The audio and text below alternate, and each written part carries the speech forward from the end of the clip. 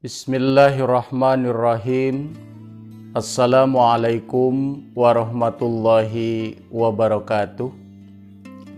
Hadirin pemirsa yang berbahagia, bahasan kita kali ini adalah tentang sholat.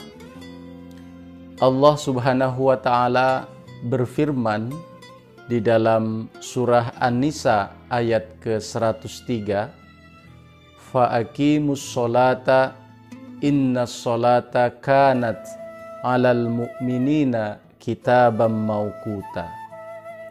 Yakni, dirikanlah sholat oleh kalian, sesungguhnya sholat itu telah ditetapkan bagi orang mukmin waktu-waktunya.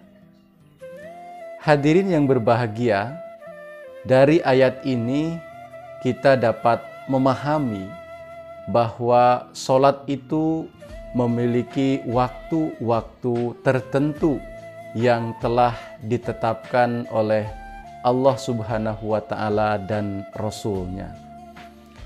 Kita mengenal ada sholat subuh, zuhur, asar, maghrib, dan sholat isya. Itu semua memiliki waktunya masing-masing. Oleh karena itu kemudian di dalam hadis Rasulullah Shallallahu Alaihi Wasallam diterangkan bahwa amalan yang paling diridhoi oleh Allah Subhanahu Wa Taala adalah sholat tepat pada waktunya. Hal ini ternyata memiliki manfaat yang sangat besar bagi kita untuk bisa menghargai waktu. Dari waktu ke waktu hendaknya juga kita manfaatkan untuk senantiasa mengingat Allah Subhanahu wa Ta'ala. Mengingat Allah Subhanahu wa Ta'ala tidak hanya saja bisa dilakukan dalam keadaan sholat, tetapi di antara waktu-waktu sholat kita juga dapat mengingat Allah Subhanahu wa Ta'ala. Di tengah pekerjaan kita, di tengah kesibukan kita, dan aktivitas-aktivitas apapun, kita dapat mengingat Allah Subhanahu wa Ta'ala. Akan tetapi, mengingat Allah Subhanahu wa Ta'ala di dalam sholat merupakan zikir yang sangat besar. Hadirin yang dimuliakan Allah Subhanahu wa Ta'ala, sangat menarik ketika kita memahami beberapa internalisasi pemahaman tentang sholat, terutama dalam tradisi Jawa. Di dalam tradisi Jawa ada istilah kembang liman dalam sesaji, dan di situ digambarkan bahwa sholat itu dilambangkan dengan bunga mawar. Mawar itu warnanya merah, dan merah itu seperti darah. Nah, kemudian kenapa dilambangkan begitu? Karena rupanya orang-orang Jawa pada masa lalu ingin menyamakan bahwa seperti darah di dalam tubuh manusia yang mengalirkan nutrisi yang dihasilkan dari apa yang kita makan ke seluruh tubuh, maka seperti itulah sholat juga mengalirkan nutrisi-nutrisi rohani ke seluruh tubuh kita. Hadirin yang dimuliakan Allah Subhanahu wa Ta'ala, di dalam sesaji tradisi Jawa, itu bunga mawar itu biasanya dipetik dengan beberapa jengkal tangkainya, dan di situ masih ada duri-durinya. Dan rupanya mereka ingin juga memberikan pesan bahwa sholat itu penuh onak berduri. Makanya disebutkan di dalam perintah sholat itu, fa'aqimus sholah, dirikanlah sholat, tidak tunaikan.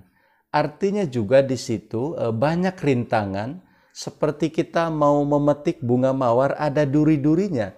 Kita harus berhati-hati untuk bisa memperolehnya dengan baik. Begitu juga sholat, ya, banyak sekali rintangan, tantangan, terutama ketika sholat berada di tengah-tengah kesibukan kita. Hadirin yang dimuliakan Allah Subhanahu wa Ta'ala, kemudian saya akan mengemukakan beberapa nasihat Hadrat Masih Maud alaihissalam terkait dengan masalah sholat. Beliau bersabda bahwa janganlah kalian mengerjakan sholat seperti ayam mematuk makanan. Kerjakanlah sholat dengan khusyuk dan tadoru.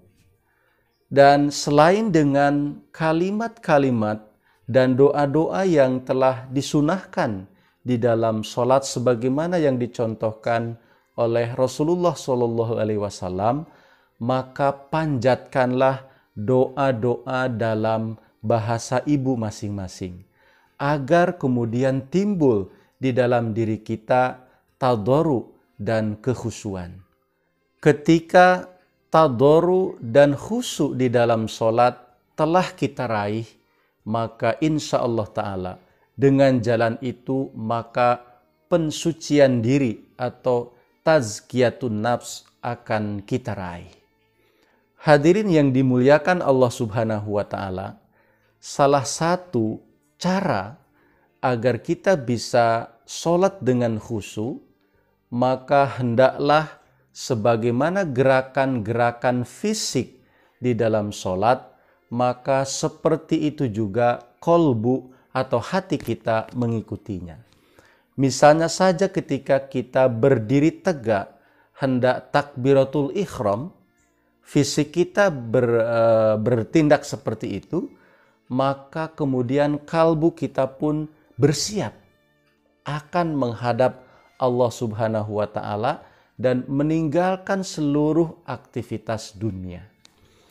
Dan ketika kita ruku, mematahkan tubuh kita, maka di saat itu pula kalbu kita pun mengiringi bahwa pada saat itu kita mematahkan seluruh keinginan-keinginan pribadi, keinginan-keinginan dunia, dan kita menghadap Allah Subhanahu wa Ta'ala. Dan begitu juga ketika kita sujud, maka kalbu kita pun ikut sujud, mengiringi gerakan secara fisik, agar tadoru dan kekhusyuan dapat kita raih. Ingat pesan ini, agar ketika fisik melakukan gerakan-gerakan sholat, maka kalbu kita pun mengikutinya. Hadirin yang dimuliakan Allah Subhanahu wa Ta'ala, ketika tadi digambarkan bahwa sholat itu ibarat darah yang mengalirkan nutrisi ke seluruh tubuh, maka tubuh akan menjadi sehat. Demikian juga ketika sholat kita telah mencapai derajat khusyuk dan tadoru atau merendah diri serendah-rendahnya di hadapan Allah Subhanahu wa Ta'ala, maka sebagaimana secara fisik makanan memperkuat tubuh, maka secara rohani sholat itu pun juga akan memperkuat kerohanian kita. Sebagaimana Allah Subhanahu wa Ta'ala berfirman di dalam surah Al-Ankabut ayat ke-45, A'udzu billahi minasyaitonir rajim, aqimis shalah, innas sholata tanha 'anil fahsya'i wal munkar. Jadi dirikanlah sholat, karena sesungguhnya sholat itu mencegah dari perbuatan keji dan munkar. Inilah sebetulnya inti daripada sholat.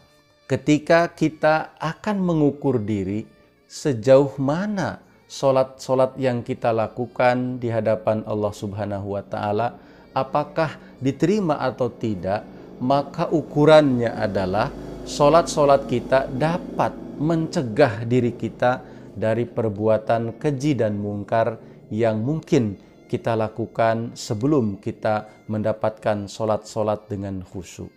Hadirin yang dimuliakan Allah Subhanahu wa Ta'ala, inti daripada sholat adalah khusyuk, dan khasiat daripada khusyuk adalah menjauhkan kita dari perbuatan keji dan munkar.